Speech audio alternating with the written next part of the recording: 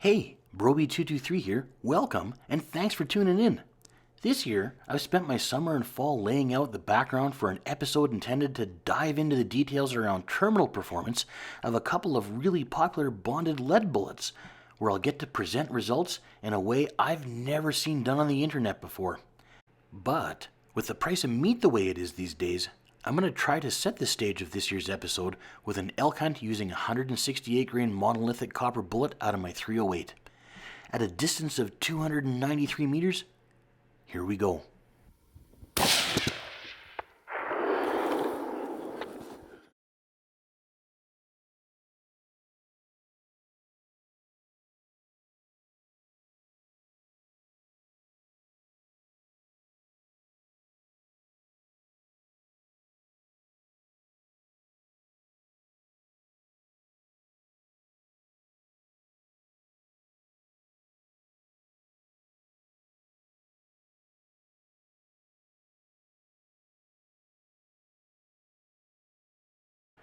And with that one round fired, sweet! The freezer is full for another year. Through my Tikka T3X's 20-inch barrel, that cartridge combo has a muzzle velocity of about 2,650 feet per second. And after traveling the 293 meters to get to target though, drags decreased this to about 2,000 feet per second. Despite shedding more than a quarter of its velocity though, there's evidence of bullet expansion, no bullet recovery with complete pass-through, and with good shot placement came straight line penetration through the lungs and heart with almost no bruising or bloodshot meat, no lead contamination, and maximum yield for our freezer. Over more than 20 years of hunting with this type of bullet, complete pass-throughs have been the rule with only a few exceptions resulting in recovered bullets. This one recovered from a 75-yard Elk Shot quartering 2, another from a 150-yard mule deer shot quartering 2, and this last one from my 2020 lever action 30-30 moose hunting adventure. Impact velocity really matters with these types of bullets though, so surprising to me then that there's not much available material around exploring this dimension of their terminal performance. So I set out to collect some of my own observations, and that's what we're looking at now. I think they show pretty conclusively the relationship between impact velocity and expansion, and it looks to me like 2,000 feet per second is starting to approach the floor of what might be considered acceptable. I'll also proffer that this might help explain that large camp of folk out there who just love to have the hate for monolithic bullets, recounting their experience where these things just penciled straight through. I digress though, because what I'm actually interested in exploring this year is the terminal performance of bonded bullets like this Nosler Accubond, and more specifically, exploring their fragmentation characteristics in deer-sized critters. I'm going to try to discover how sensitive they are to impact velocity and how much of all these little fragments escape culling to wind up in the food I might be feeding my family. And is there any real difference between the more budget-oriented bonded bullets like the Federal Fusion you see on the left, or is there an actual value proposition to paying extra for that premium bullet like the Nosler Accubond you see on the right? So I pulled projectiles from a couple of boxes of factory Federal Fusion, bought some Nosler Accubond bullets, and set out in the man cave to work up a couple of loads with several different velocities so I could have enough flexibility to test impact velocities all the way from 2,600 feet per second down to 2,000 feet per second. And by playing a bit with the schwanky new Garmin chronograph set up just in front of my target, I discovered that I'd need 2 different loads for each bullet, and by combining these 2 different loads with a variety of different distances to target out here at the range, I'd be able to plot out a plan such that I could neatly cover the desired velocity range in convenient 100 foot per second increments. With that plan in place and a pile of velocity data now under my belt, it was time to shoot some swamp water.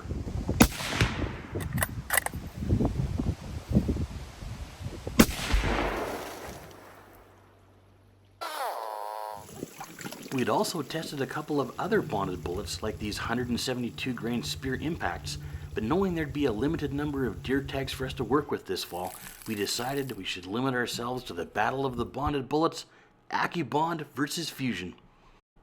Unsuccessful in sourcing Federal Fusion projectiles all by themselves, I bought a half a dozen boxes of factory loaded Federal Fusion and salvaged their projectiles using an inertial puller. I then reloaded these projectiles so we could cover the impact velocity range you see here, starting at 2,600 feet per second and working our way down to 2,000 feet per second. Things to point out: we didn't experience any core jacket separation. You can see that the projectile sheds some mass when it hits at higher speeds, increasing weight retention as impact velocity goes down, and good expansion across the board. Then how about the Nosler Accubond? These bullets have a near legendary reputation amongst hunters up here in this neck of the woods, and they don't balk at all to pay substantially more for what they believe to be a premium brand. Me, I was kind of taken aback by how expensive these things were. But no surprise then not to experience any core jacket separation. But alas, these projectiles did fragment more, they did shed more mass across the board, and generally they didn't expand to the same extent as the Federal Fusion bullets we're competing against. Now finished all our summer range exercises, we were super curious to find out what happens to all this mass that these bullets lose as they transit their terminal trajectories. Luckily, I've got a hunting buddy who is interested too, and as fortune would have it, he's a partner in a local veterinary practice that's offered his clinic's Xray machine to help us try to find out. The rifle I'm going to try to rock this year is my attempt to approximate a left-handed Tikka Arctic chambered in .308 Winchester. I'm not getting any younger, but a recent trip to the eye doctor and new glasses had me seeing better than I have in years, which has me interested in trying to hunt with the Arctic's excellent iron sights. Especially interesting is the setup's rear diopter. It features a rotating drum that has settings for a variety of different elevations, and with a bit of range time, I discovered I was lucky enough that their calibration worked out for both of this year's hunting loads. And extra lucky that this year my hunting partner is my lovely bride. But unfortunately, she has zero tolerance for what she considers ridiculous guns, so her setup is of course all business. A Tikka T3X Hunter tastefully paired with a classic Leupold VX3 HD. Both guns have 20-inch barrels, and while working through the variety of hand loads we developed over the summer, we found one at 2,550 feet per second that produced excellent accuracy in both guns too. Had we pushed things a bit harder, we might have been able to get closer to factory loading velocities approximating 2,700 feet per second. However, we're both a bit recoil shy, and as such, we're happy to trade the extra 50 to 75 meters of range extension for something we both found pleasant to shoot and shot well. Though climbing up the curve to the left of my X on this graph kind of pulls my mind to wonder, what are these types of bullets like in the 2,700 to 3,000 foot per second range, like what you would get if you were using a 300 Winchester Magnum? Maybe this is territory for a future episode, but for this year, we're pretty much set on our moderate 308 loadings, and we're now ready to go try to compare what we saw in our swamp water tests with what happens to deer shot within our green velocity zone out to a distance of about 300 meters. And one last dimension we'd thought on was to try to target smaller sized deer, both from the perspective of easier transport in my little Jeep Compass, as well as maneuverability in the context of the confined space of the Xray room within a small animal veterinary hospital. So with that plan in mind, we set out to go find some deer. We started out grateful for an invitation extended by one of our neighbors to hunt within one of their whitetail hot zones, and it didn't take long to figure out that within their deer mecca, deer were bedding in these willows, routinely passing by or through this wooded knoll, then making their way onto this field of schwanky second cut hay. Arriving the first afternoon, we were disappointed in ourselves to discover that the deer were already out in the field, but intel from our neighbors suggested that they'd spend the night not returning to the safety of the willows until well into the following morning. So we arrived early the next day to intercept, and as deer started peeling out of the hay to make their way back, here's how it played out.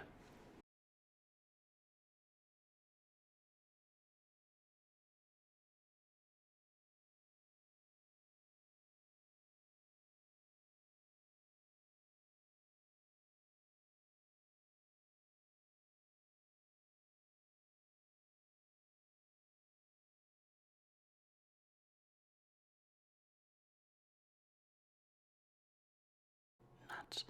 All those willows are totally in the way.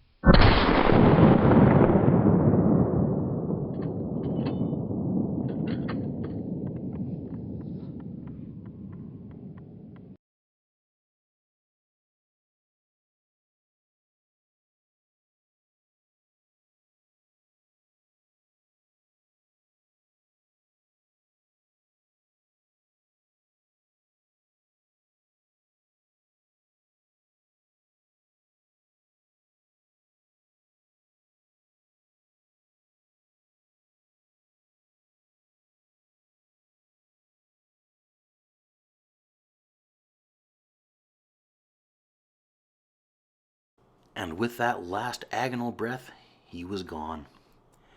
Distance to target was about 80 meters, suggesting an impact velocity around 2,390 feet per second. And down on the flats of the pasture, I had a nice short drag for an easy recovery.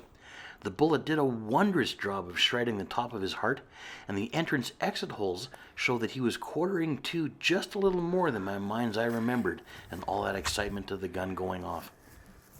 A large amount of that excitement was knowing we were only a couple hours away from getting to see his radiography results, and they did not disappoint.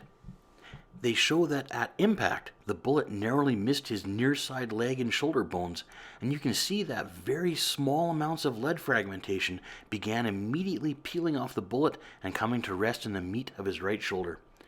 Following the trajectory of the bullet back through his thorax, the odd piece of larger fragmentation embeds in his back muscles, and on the backside, check out this good collection of larger fragments in about a 5-inch diameter cone surrounding the exit wound.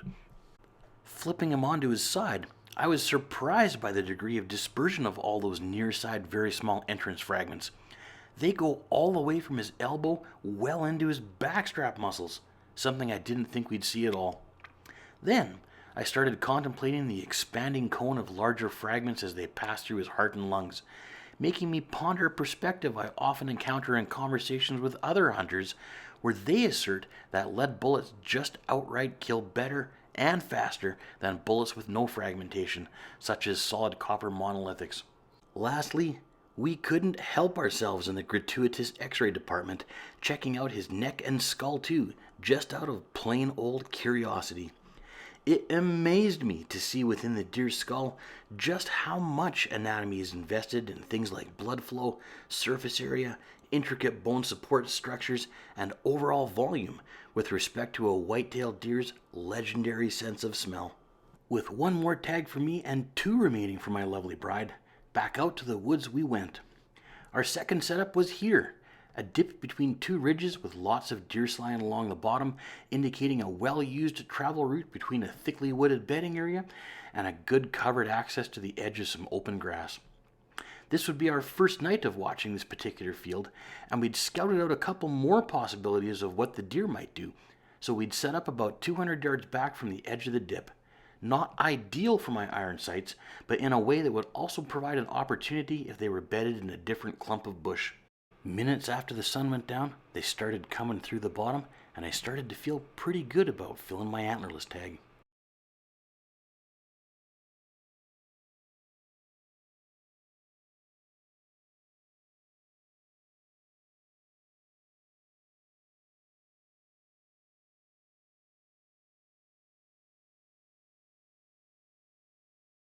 Blah.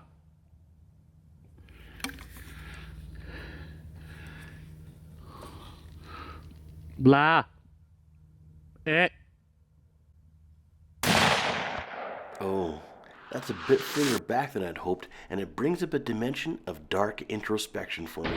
Because here I am beyond 200 meters, rocking a rifle equipped with iron sights only, and I want that deer so badly that I pull slightly ahead as she's still walking and drop the hammer.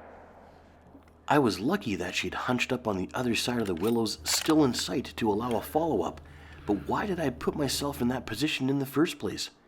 There's lots of easy excuses, stuff like the vet clinics on standby, limited hunting time, my desire to film and share my hunts, which creates enormous additional complexity. You know, that list goes on, but it's unsettling to see how easily I can find myself right at the razor's edge of my line between right and wrong, and in this instance, I think I found myself just slightly on the wrong side. So where'd that first round go? Right through the transverse plane of her liver, lacerating it in a major way that would certainly be lethal, but not quickly. Thank goodness then for that well-placed second round, clipping off the top of her heart, and now with her guts out, you can see the trajectory of both rounds pretty well. Off to the clinic and now up on the X-ray table, here's the entrance hole from that first round.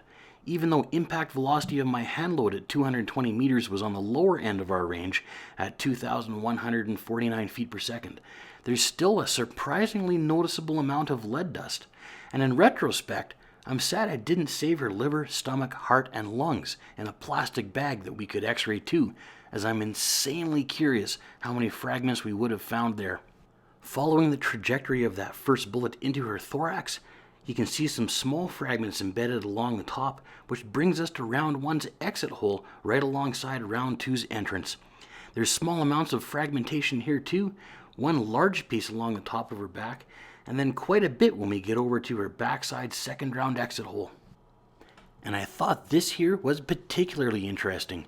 Check out the hole in the doe's brachial triceps.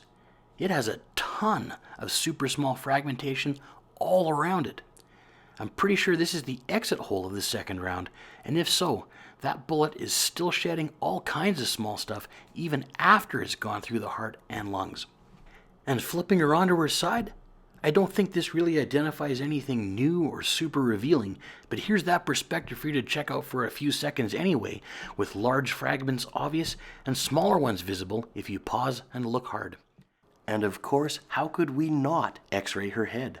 Again, it left me in awe at the intricacy and volume of all those olfactory structures, which looked to completely dwarf the space in her skull occupied by her brain. Well, I was now tagged out, but as my lovely bride still had her 2 whitetail tags, we set out again as a large weather front blew in a spectacular early winter snow squall. Wanting something a little closer range, we set up in the woods just off a well-traveled trail.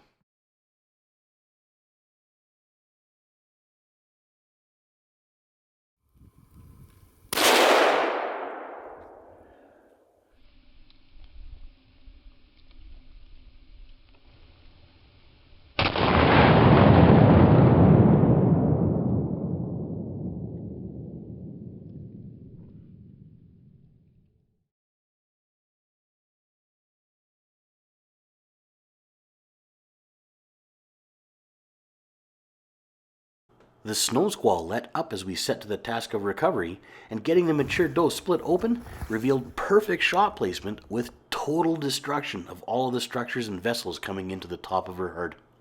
Remember that our first data point with the Nosler Accubond came from my 220 meter doe with an impact velocity around 2,150 feet per second.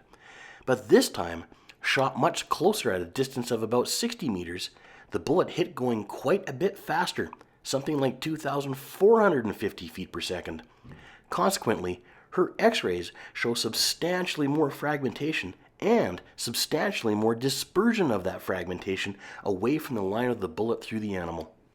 Now flipping to check out her frontal plane, here's the entrance hole on her left side with all kinds of fragmentation visible immediately on impact.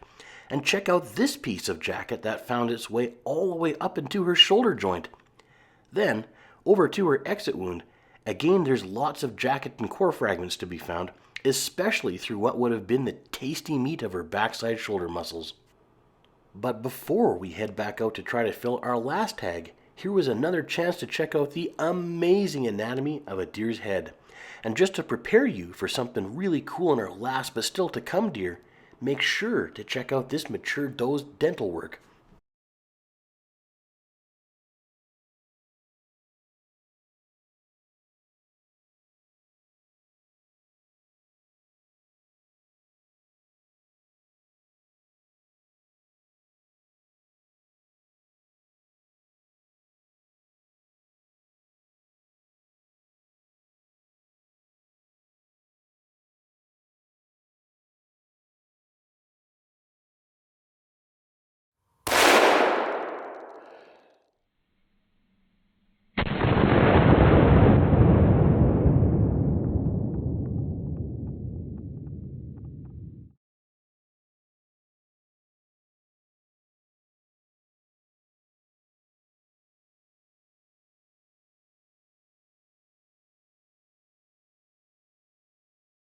And with that last blast fading into the growing darkness of the forest, our 2024 hunting season was over.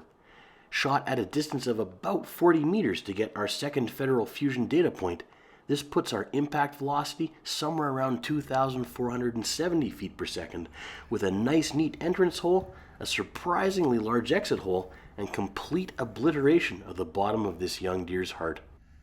Up on the Xray table, we began to appreciate the slightly further back placement of the shot, as there was no evidence of any fragmentation in either of the fawn's front shoulders.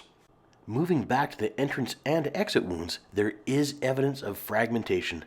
Not only large-ish hunks, but also very, very small particles. A frontal perspective again reinforces the notion that none of these little particles wound up in the good-eating shoulder meat of our fawn, and now zooming down and in, we can see that there's very small fragmentation around the entrance hole, and that a cone of larger fragments pass through the deer's vitals, coming to rest in the backside thoracic wall. So let's finish by checking out the head and neck of our little button buck, with particular attention to his dental work. Like humans, deer also have baby teeth. They lose them at about 18 months of age, and I wonder if when looking at this X-ray, we can see his adult teeth lurking underneath those baby teeth. Maybe, if we're lucky, someone who's properly trained in radiographic interpretation can weigh in the comments below, but in the meantime, what are my thoughts at the end of my 2024 project? I think we demonstrated that bonded bullets still lose considerable mass, and that mass comes off across a wide distribution of different particle sizes, ranging from easily visible to the naked eye to super microscopic and likely numbering in the many thousands, possibly even millions at higher impact velocities. These fragments have a shredding effect on the tissues they travel through in a cone that grows substantially larger in diameter than the expanded bullet they came from. This comes at the benefit of possibly faster killing potential that's slightly more forgiving to errant shot placement, but at the expense of edible meat, and certainly not meat that I would want to feed either to a small child or pregnant mom-to-be. And that brings us to the end of this year's episode. I hope you enjoyed it, and I hope to see you again to share whatever next year's adventure brings. Thanks so much for watching.